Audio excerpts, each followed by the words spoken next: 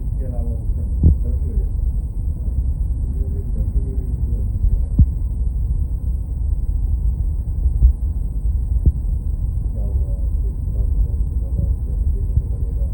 दर्द थोड़ी हुआ होगा, पता नहीं लगा होगा।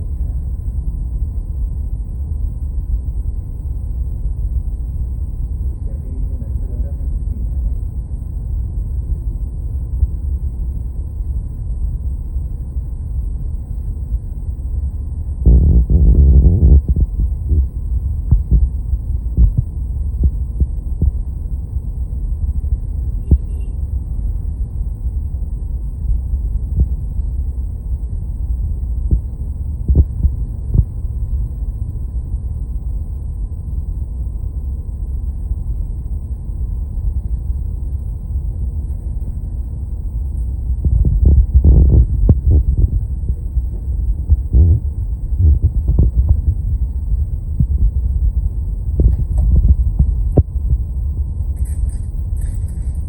सर से हमें एक जानकारी और भी लेनी है कि सर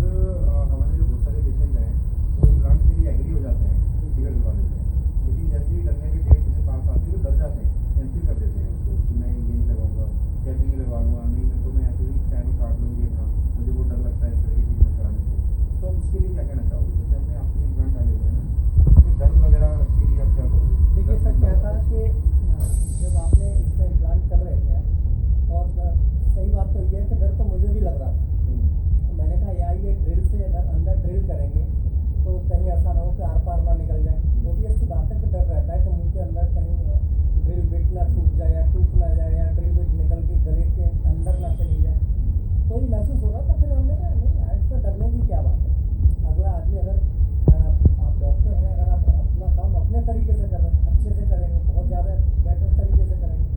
तो हमने क्या है कि निश्चिंत हो गए। जैसे ही पहला इम्प्लांट किया तो महसूस हुआ नहीं यार हमारा डर जो है ना